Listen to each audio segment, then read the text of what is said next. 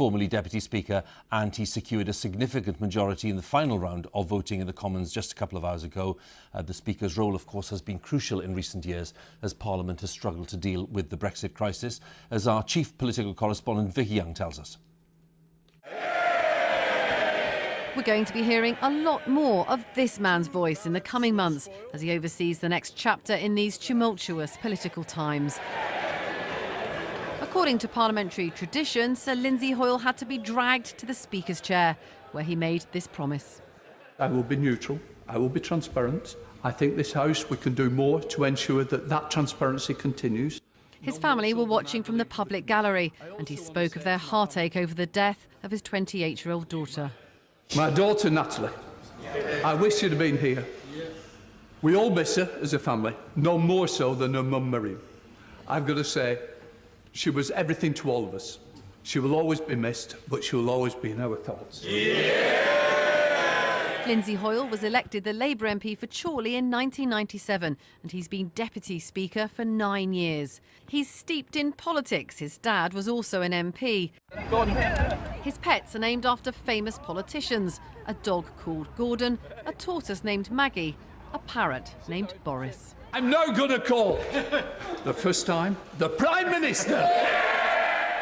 The kindliness of the Speaker is absolutely critical to our confidence and the way we behave. And, Mr. Speaker, over the years I have observed that you have many good qualities. People are put under enormous stress, both staff and members of this House. I know you take your responsibilities in that area very, very seriously. The Speaker's appearance might have changed over the years, but their role keeping order in the Commons is as crucial as ever. They can influence what gets debated, but some thought John Bercow went too far, bending the rules to side with anti-Brexit MPs. Sir Lindsay Hoyle's supporters say he'll adopt a down-to-earth, calm approach when he swaps his Lancastrian home for the grand Speaker's residence in the Palace of Westminster. This Speaker is unlikely to be as controversial as the last. Vicky Young, BBC News. Doctors and health service leaders in England have warned party leaders against using the NHS as a political weapon during the general election campaign. NHS Providers, which represents hospitals and other health trusts, says that spending promises made in the heat of the election battle risk creating unrealistic expectations among voters, as our health editor Hugh Pym tells us. A nice big bus you could come round. It's a familiar story at elections down the decades. I've had sufficient physiotherapy in my time to know. Political party leaders visiting hospitals. It is possible for men to get. It is, yeah. Interpret it by reading the digits, or what do you do? It's the same once again. Boris Johnson is in a hospital almost daily, while Labour today also focused on the health service. But there's a warning the debate has now got out of hand. We would ask our politicians to exercise a bit of self-control and to make sure that the debate we're going to have is evidence-based, it's mature, and it's not just political punch and judy. Health leaders say it's all the more important to have a considered debate about the future of the NHS because it's under immense strain right now. They say they're worried about the level of pressure even before winter has really set in. So how does this hospital chief executive see things? We've been very busy over the summer here at Milton Keynes. It's really important that we have the right staff available to us. We're going to see some real peaks in demand. Staffing is a problem. There are 107,000 vacancies across the NHS in England, and all this as demands rising, with nearly 4% more emergency hospital admissions over a year. What about GP practices? One doctor gave her perspective. All winters are the same or similar. As GPs, we expect to be working a little bit harder, longer hours, seeing a few more patients. The latest figures show there were 4.4 million people waiting for routine surgery in England, a record high, and nearly 65,000 in September had to wait more than 4 hours for a bed after being admitted through A&E. We asked patients and visitors outside a London hospital this evening about their experiences. This student has been waiting in A&E with her friend. What sort of atmosphere is there in there? People seem to be in quite a lot of pain. People keep going up to the desk asking when they'll be seen next, so people feel quite impatient. This woman says she and her children have been well cared for. Basically, on the whole, we were seen, and I think it's a fantastic service. I'm very grateful for the NHS. The Westminster election NHS debate is mainly about England. The devolved administrations run their own health systems, though there's no doubting the passion for the NHS right across the UK. Hugh Pym, BBC News. In some of the day's other election news, Nigel Farage has unveiled the Brexit Party's 600 election candidates, though he isn't one of them, saying that he believes the party is more of a danger to Jeremy Corbyn than to Boris Johnson, because he says 5 million Labour supporters voted to leave the EU in the 2016 referendum. The Lib Dems are taking legal advice over ITV's decision to exclude them from its forthcoming TV debate between Boris Johnson and Jeremy Corbyn.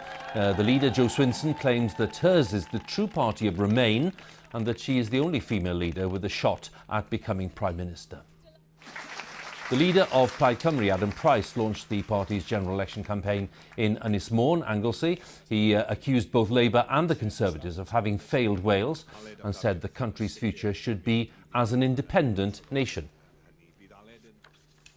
Now, the Commons Intelligence and Security Committee report into possible Russian interference in UK elections will not be published before the general election. The committee chair, the former Conservative, now Independent MP Dominic Grieve, said that Number 10 was being disingenuous and misleading by claiming that there wasn't enough time to publish the report. It has received security clearance and the BBC understands there is no administrative reason for it not to be made public. Now, the leader of the Scottish National Party, Nicola Sturgeon, has accused Boris Johnson of treating Scottish voters with contempt after he ruled out allowing a second referendum on independence. The SNP have made another referendum a key feature of their election campaign.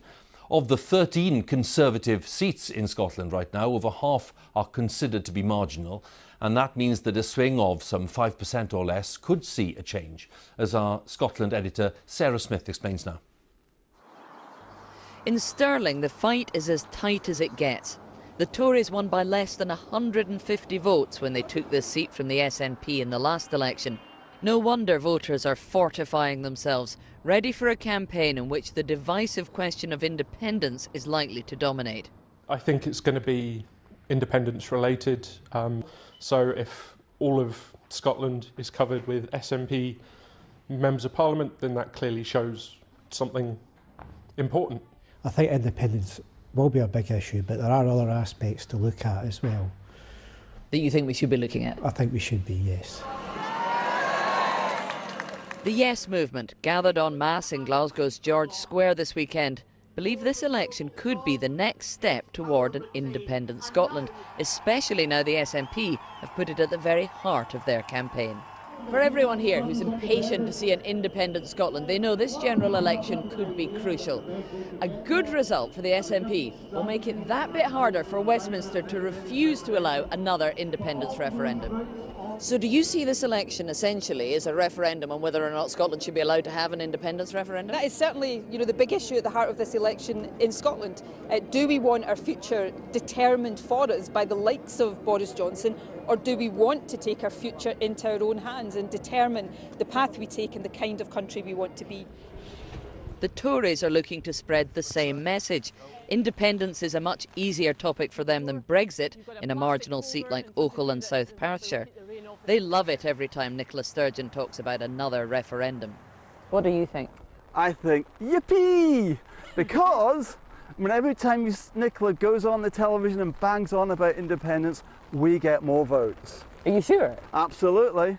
So when Nicola Sturgeon says she's making this campaign about independence, do you think that's good for Tories? Fantastic news. Really? Yes. The Conservatives want to position themselves as the only reliable defenders of the Union, even though the Lib Dems promise that they too will protect the UK. Voters may be confused by Labour's position, who say they don't want another referendum, but would not block one. And the SNP are hoping that by making their demand for another referendum so central, that will make it difficult for the next Prime Minister to say no. Sarah Smith, BBC News.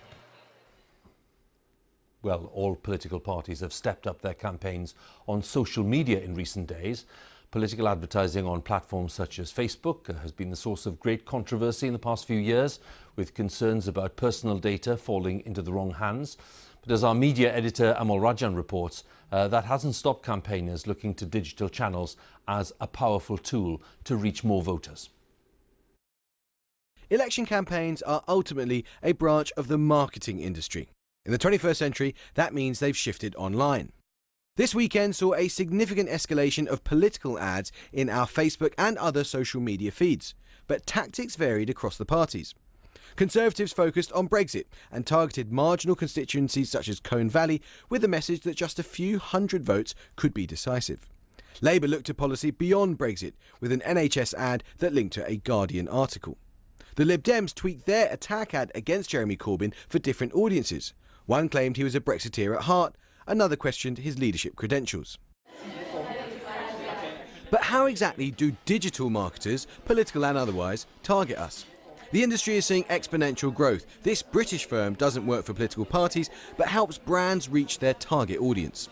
Every single action that people take online, almost, is tracked as a data point that we can use to inform our targeting. And that's whether they've taken a certain amount of time dwelling on a page, whether they've expressed interest in something, liked something.